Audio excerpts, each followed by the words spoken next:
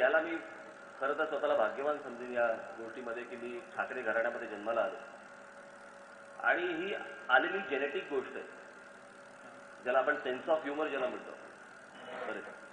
आणि याच्यासाठी म्हणून विशेष प्रयत्न करावे लागत नाही. मी रोज ज्याला वर्तमानपत्र वाचतो किंवा मी ज्याला त्याची बातमी वाचतो, ती बातमी वाचतानाच मला ते दिसायला लागतं किंवा कळायला लागतं किंवा त्याच्यावरचा मला विनोद सुचतो किंवा त्याला, तर त्याची अशी प्रोसेस नाही. म्हणजे त्याचं काय मी अशी जाणीवपूर्वक आता ह्या बातमीवरती आपल्याला काहीतरी केलं असं काही नसतं. ती येतं.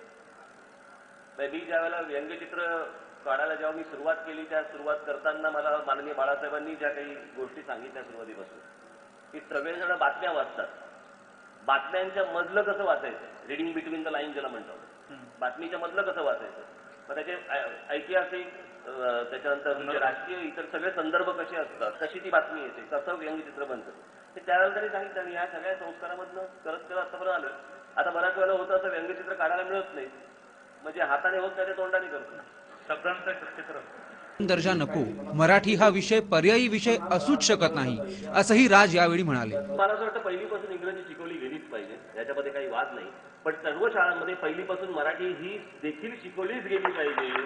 ही इथली भाषा आहे. मराठी हा विषय ऑप्शनल होऊ शकत नाही.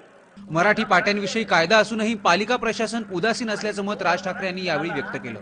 मिळालेल्या अधिकारांचा जर योग्य वापर केला तर काहीही घडून येऊ शकतं, असंही ते स्पष्टपणे म्हणाले. मुंबईमध्ये किंवा महाराष्ट्रामध्ये कुठेही या शहरांमध्ये सर्व दुकानांच्या पाट्या या मराठी असल्या पाहिजे असा कायदा आहे. त्याच्या अंमलबजावणी कोण करणार? ही कॉर्पोरेशनने करायला पाहिजे. नाही केली नाही तर मग मी तेच म्हणतोय ना, म्हणजे ही कॉर्पोरेशनने करायला पाहिजे. आणि मग कॉर्पोरेशन ज्यांच्या हातामध्ये आहे ते तिकडे अंमलबजावणी करत नाहीत आणि बाहेर येऊन डांबर भासतात. याला काहीच अर्थ नाही ना.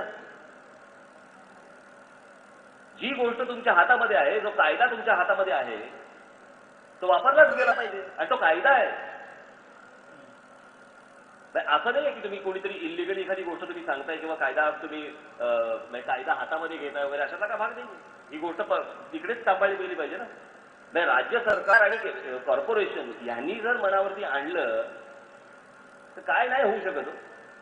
एकूणच कालच्या मुलाखतीतून राज ठाकरे आता मराठीच्या मुद्द्याबरोबरच सक्रिय राजकारणाविषयी किती सखोलपणे विचार करतायत हेच लक्षात आलं. स्वाती लोखंडे आणि निलेश खरेसह ब्युरो रिपोर्ट, स्टार माझा, मुंबई.